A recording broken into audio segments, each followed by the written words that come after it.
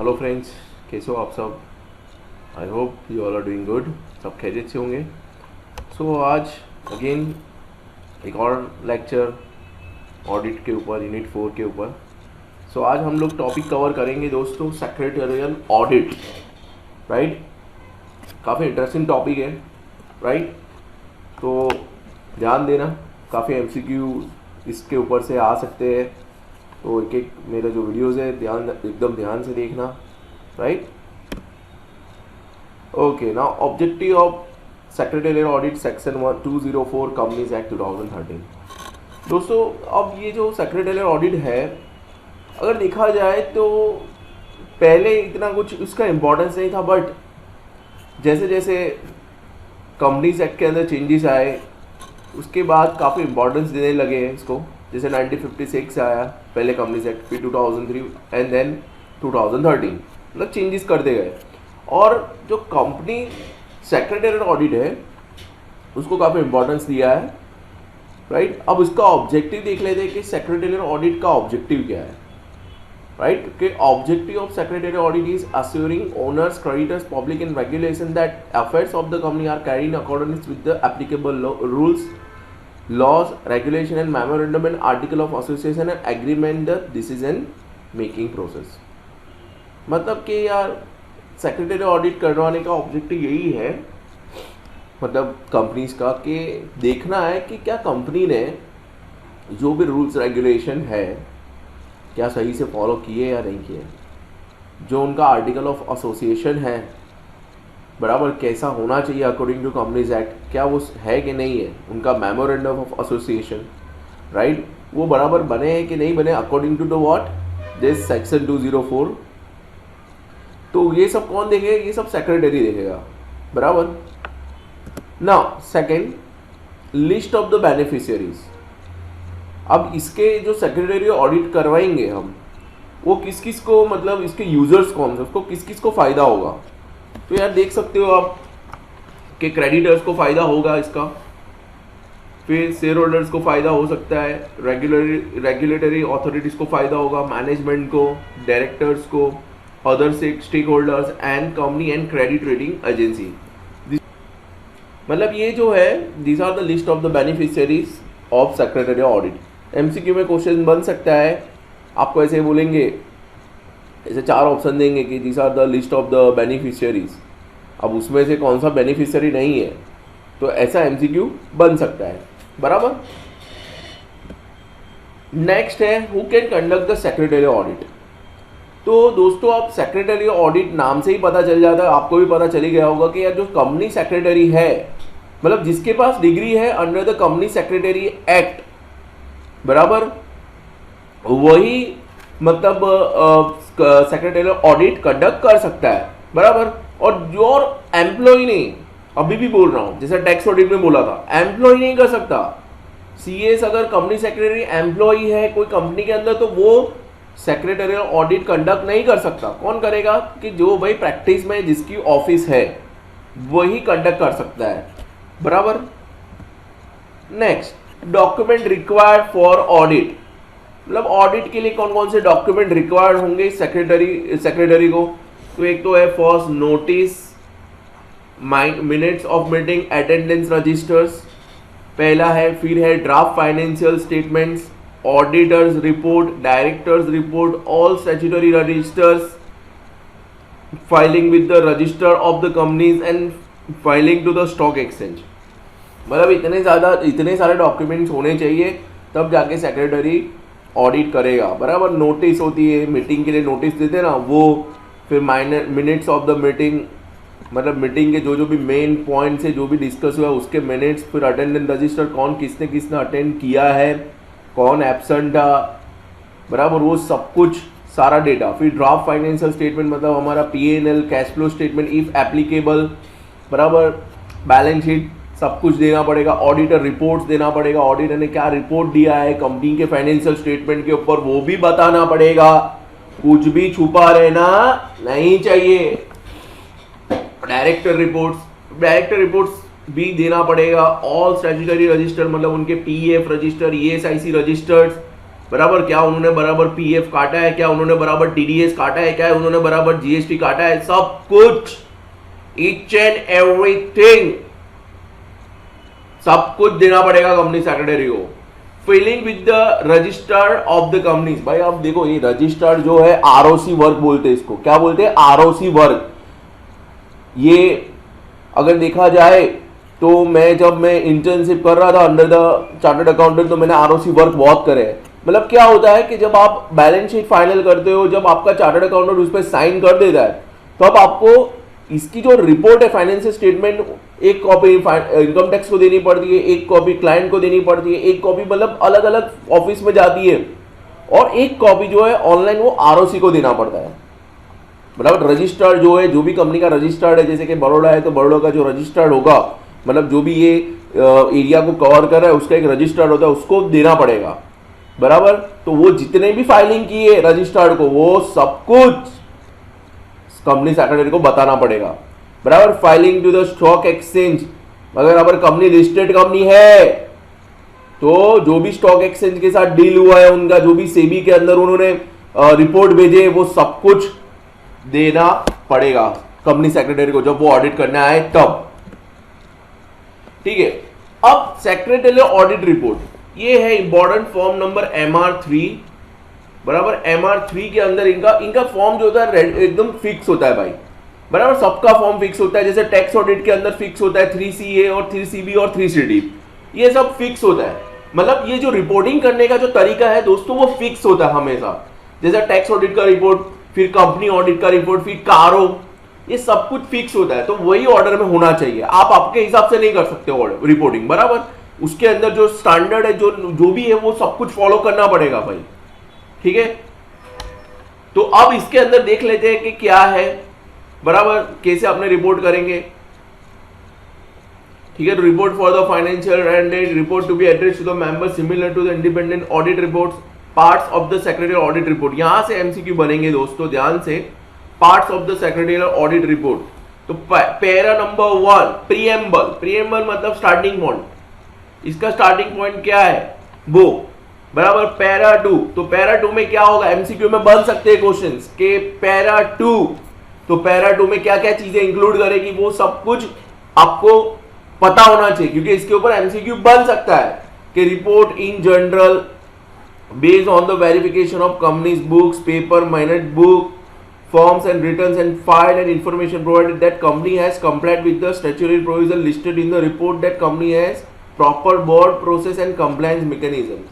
मतलब पैरा 2 के अंदर हम रिपोर्ट देंगे कि क्या कंपनी ने सारे बुक्स बराबर मेंटेन किए हैं according to the companies act 2013 और नॉट, क्या उन्होंने बराबर बोर्ड मीटिंग बुलाई थी, क्या उन्होंने सारे कंप्लायंस किया है, ये सब पैरा 2 के अंदर हम रिपोर्ट करेंगे।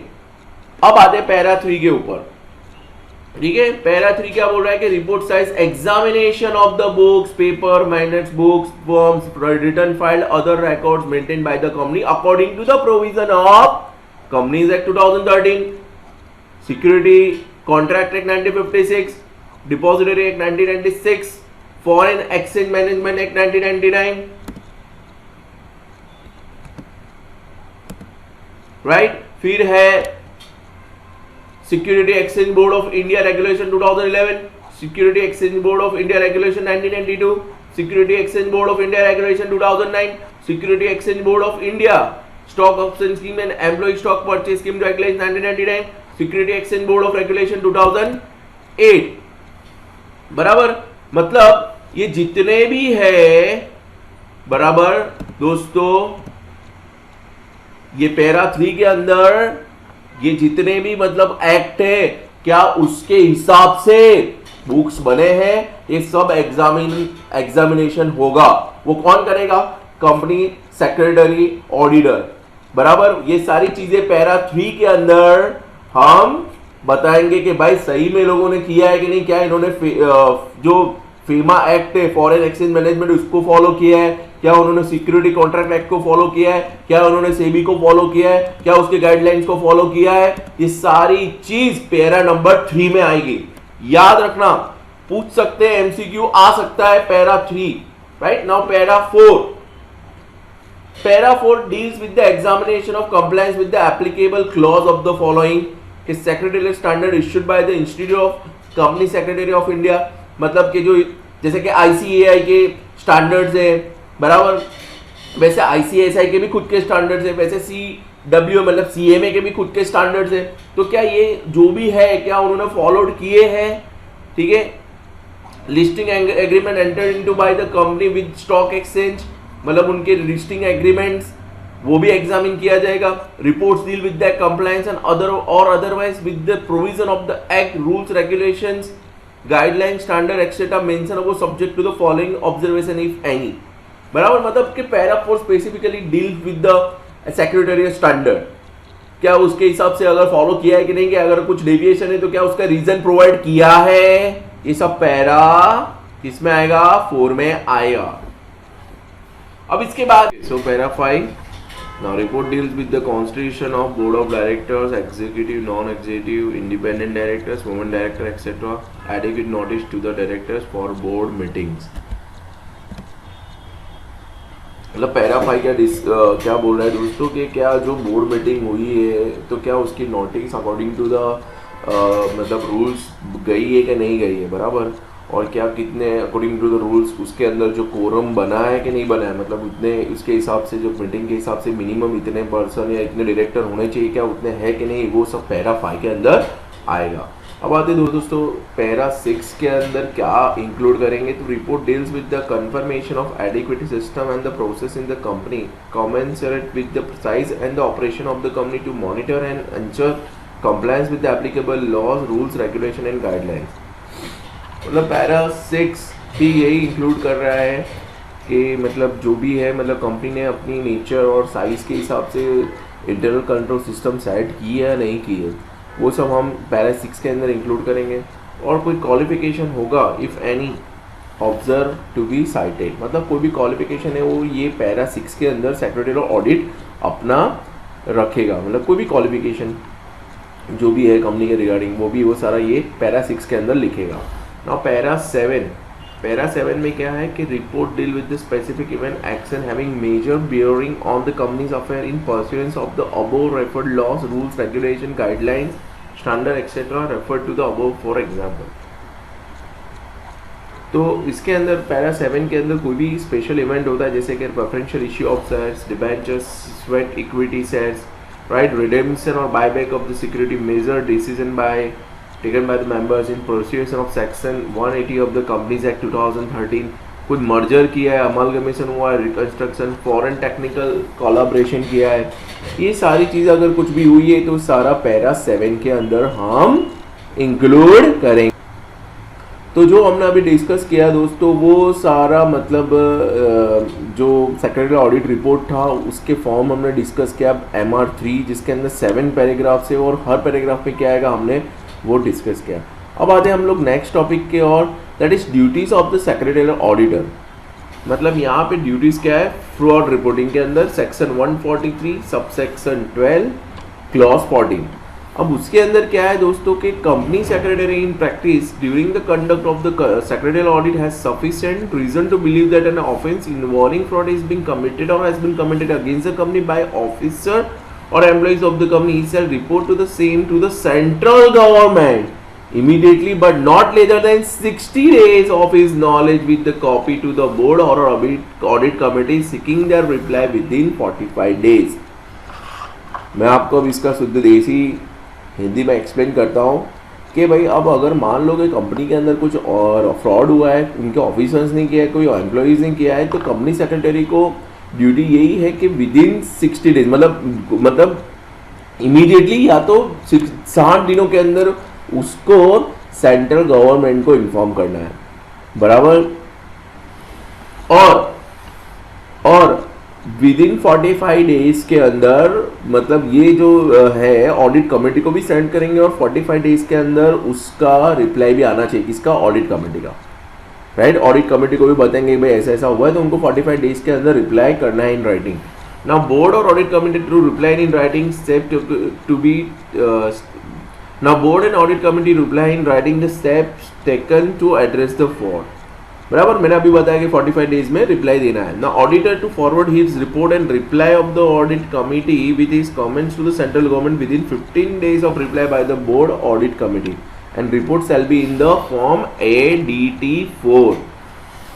बराबर, ये सब MCQ में आ सकता है। मतलब क्या है कि जो सेक्रेटरी ऑडिटर है उसको जो भी मतलब रिप्लाई फ्रॉड के रिगार्डिंग आया ऑडिट कमेटी के ओर से, उसको 15 दिन में सेंट्रल गवर्नमेंट को रिपोर्ट करना है, ऑडिट रिपोर्ट के साथ प्लस उनका रिप्लाई कि उन्होंने जो भी फ्रॉड हुआ उसके रिगार्डिंग वो क्या करेंगे।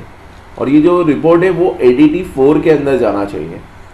बराबर, ठीक है दोस्तों। तो यहाँ हमने सेक्रेटरी ऑडिट का एवरीथिंग जो भी आपका पैम्पलेट में वो कवर कर लिया। और एक टॉपिक जो है वो बचता है, वो है एप्लीकेबिलिटी ऑफ सेक्रेटरी ऑडिट। मतलब हमने सब कुछ डिस्कस कर लिया कि कौन ऑडिट करेगा, क्या पर्पस है, डेफिनेशन क्या है, बेनिफिशियरीज कौन है, कैसे रिपोर्ट करेंगे, हम सब कुछ डिस्कस कर लिया। लेकिन हमारा मेन टॉपिक क्या है, applicability of the secretary audit. मतलब सेक्रेटरी ऑडिट किसको एप्लीकेबल है। तो एक तो है लिस्टेड कंपनी, भैया लिस्टेड कंपनी है मतलब स्टॉक एक्सचेंज में लिस्टेड है, उनको तो कंपलसरी करवाना, जैसे कि रिलायंस हो गया, इन्फोसिस हो गया, विप्रो हो गया, ये सब लिस्टेड कंपनीज है। फिर है एवरी पब्लिक कंपनी, जो भी पब्लिक कंपनी है जिनका पेड अप कैपिटल 50 करोड़ या उससे ज्यादा है, तो उनको कंपलसरी हो जाता है कि वो अपनी कंपनी में सेक्रेटरी ऑडिट करवाए। या तो फिर अगर उनका टर्नओवर 250 करोड़ या उससे ज्यादा है, बराबर, ग्रेटर और इक्वल, हियर ऑल्सो ग्रेटर और इक्वल, तो उस केस के अंदर आपको सेक्रेटरी ऑडिट करवाना कंपलसरी हो जाता है। और अगर दूसरी कंपनी है, जैसे प्राइवेट कंपनी है, तो और दूसरी कोई भी कंपनी हो जिनकी लोन और बोरिंग फ्रॉम बैंक और PF है, मतलब प्राइवेट फाइनेंशियल इंस्टीट्यूशन से उनकी जो लोन है वो 100 करोड़ या उससे ज्यादा है, 100 करोड़ उससे ज्यादा, तो उन सबको सेक्रेटरी ऑडिट करवाना कंपलसरी हो जाता है। ठीक है, तो दोस्तों ये भी एक बहुत ही जबरदस्त इंपॉर्टेंट था ये, जो MCQ के अंदर काफी कुछ पूछ सकते हैं, इसकी सारी लिमिट आ सकती है, तो इसको आपको ध्यान में रखना है। ठीक है, सो ये था हमारा सेक्रेटरी ऑडिट का टॉपिक, यहाँ पे अभी खत्म होता है। अब हम आगे बढ़ेंगे, that is GST audit. Okay friends, so अब एक और टॉपिक GST ऑडिट। अब ये भी एक अच्छा टॉपिक है, एक मिसलेनियस टॉपिक है जिसका नॉलेज होना आपको जरूरी है। चलो इसके बारे में थोड़ा डिटेल में समझ लेते हैं। Meaning of GST audit, again कोई भी ऑडिट हो, या GST ऑडिट हो, या इंटरनल ऑडिट हो, स्टैट्यूटरी ऑडिट हो, टैक्स ऑडिट हो, सेक्रेटरी ऑडिट हो, या कोई भी ऑडिट हो, दोस्तों ऑडिट का मतलब क्या होता है कि यार चेक करना, वेरीफाई करना, एग्जामिन करना। तो यहाँ पे भी वही है कि it's a process of examination of records, returns and other documents maintain by the taxable person. मतलब यहाँ पे हम क्या करेंगे, हम चेक करेंगे, बट यहाँ पे कौन से व्यू पॉइंट से चेक करेंगे वो अलग, बराबर। तो आगे देखते हैं। तो पर्पस ऑफ GST ऑडिट, यहाँ पे आपको पता चलेगा कि हम GST ऑडिट क्यों करते हैं। तो यार एक पर्पस ये है कि to verify the correctness of the turnover declare, to verify the correctness of the turnover declare, मतलब कि क्या जो सेल्स या turnover. Now purpose of GST audit to verify the correctness of the turnover declare, मतलब पहले ही GST audit करने का क्या मकसद है, क्या पर्पस है, क्या जो टर्नओवर है, जो क्लाइंट ने बताया, जो टैक्सेबल पर्सन ने बताया, जो असेसी ने बताया, क्या सही है या गलत। To verify the tax paid, जो भी टैक्स पेड किया है क्या सही है, रिफंड क्लेम किया है क्या वो सही रिफंड क्लेम किया है, ऐसा तो नहीं है कि ज्यादा क्लेम कर लिया है। ITC input tax credit avail, जो इनपुट टैक्स क्रेडिट लिए क्या वो सही है, और GST के रूल्स रेगुलेशन को फॉलो किया है कि नहीं। ये सारे पर्पस से ही GST ऑडिट करवाया जाता है। काफी लोग GST का इनपुट टैक्स क्रेडिट में काफी गफला करते हैं, बराबर, इसलिए ये सब के लिए ऑडिट को रखा है, सो दैट एक चेक ऑन रहे असेसी के ऊपर, वो सही GST पेमेंट करता रहे। ठीक है, नेक्स्ट है एप्लीकेबिलिटी ऑफ GST ऑडिट, मतलब GST ऑडिट किसको एप्लीकेबल है। तो अगर देखा जाए तो अगर मैं पहले इससे बात करूंगा असेसी से, कि अगर मान लो कि आपका टर्नओवर 2 करोड़ से ज्यादा है फाइनेंशियल ईयर के अंदर, तो आप खुद GST ऑडिट करवा सकते हो। आप यहाँ पे CA से भी करवा सकते हो, मतलब CA से भी करवा सकते हो और CMA से भी करवा सकते हो, मतलब कॉस्ट अकाउंटेंट या चार्टर्ड अकाउंटेंट से आप करवा सकते हो ऑडिट, कोई इश्यू नहीं है, बराबर। और फिर आपको ऑडिट करवाने के बाद उसका कुछ आता है फॉर्म GSTR 9, दैट मीन्स ये एनुअल रिटर्न का फॉर्म है, बराबर। और GSTR9C, this is audit report, ये आपको फाइल करवाना पड़ेगा। GSTR9C ये एक ऑडिट रिपोर्ट है जो आपको फाइल करवाना पड़ेगा, बराबर, जीएसटी डिपार्टमेंट में। फिर है एक ऑडिट सेक्शन 66 के अंदर इसको बोला गया है कि स्पेशल ऑडिट बाय सीए में नॉमिनेटेड बाय द कमिश्नर। मतलब कि अगर जीएसटी कमिश्नर को आप लगता है कि यार कुछ प्रॉब्लम है, मतलब किसी का अकाउंट देगा किसी कंपनी का और लगा कि यार इसने जीएसटी में घपला किया है, तो वो स्पेशल ऑडिट कंडक्ट कर सकते हैं। कौन कर, वो कमिश्नर किसको अपॉइंट कर सकता है? सीई को भी अपॉइंट कर सकता है, सीएमए को भी अपॉइंट कर सकता है ऑडिट करने के लिए, बराबर।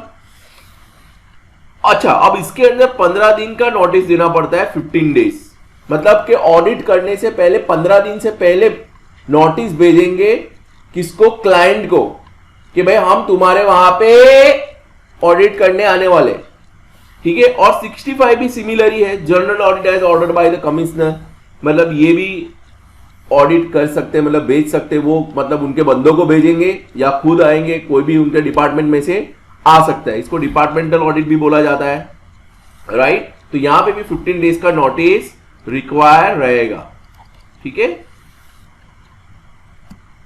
नेक्स्ट है, अब हम इसको एक एक करके डिस्कस कर दे, audit bye tax authorities.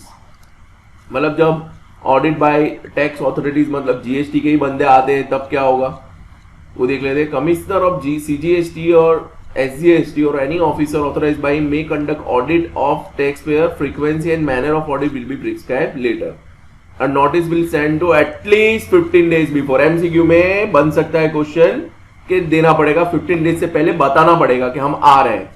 Audit will be completed within 3 months from the date of commencement of the audit. Now, Commissioner can extend the audit report for further 6 months and with the reason record in the writing. मतलब generally 3 महीने में audit खत्म हो जाना चाहिए जब से उसकी शुरुआत हुई है, पर अगर मान लो कि ज्यादा टाइम लगता है तो भी चलेगा, बट कमिश्नर को उसका रीजन बताना पड़ेगा, उससे रीजन दे के वो 6 महीने तक भी खींच सकते हैं ऑडिट। नेक्स्ट है ऑब्लाइजेशन ऑफ ऑडिटी, मतलब ऑडिटी मतलब कौन? हम, मतलब असेसी, कि ऑडिटी मतलब क्लाइंट। क्लाइंट को क्या करना है तो कि provide the necessary facility verify the books of account and other documents as required. सारी फैसिलिटी देनी पड़ेगी। कंप्यूटर में अकाउंट है तो अकाउंटेंट को देना पड़ेगा कि उनको सारे डॉक्यूमेंट जो जो मांगे वो सब कुछ रेडीली अवेलेबल उनको कराना पड़ेगा।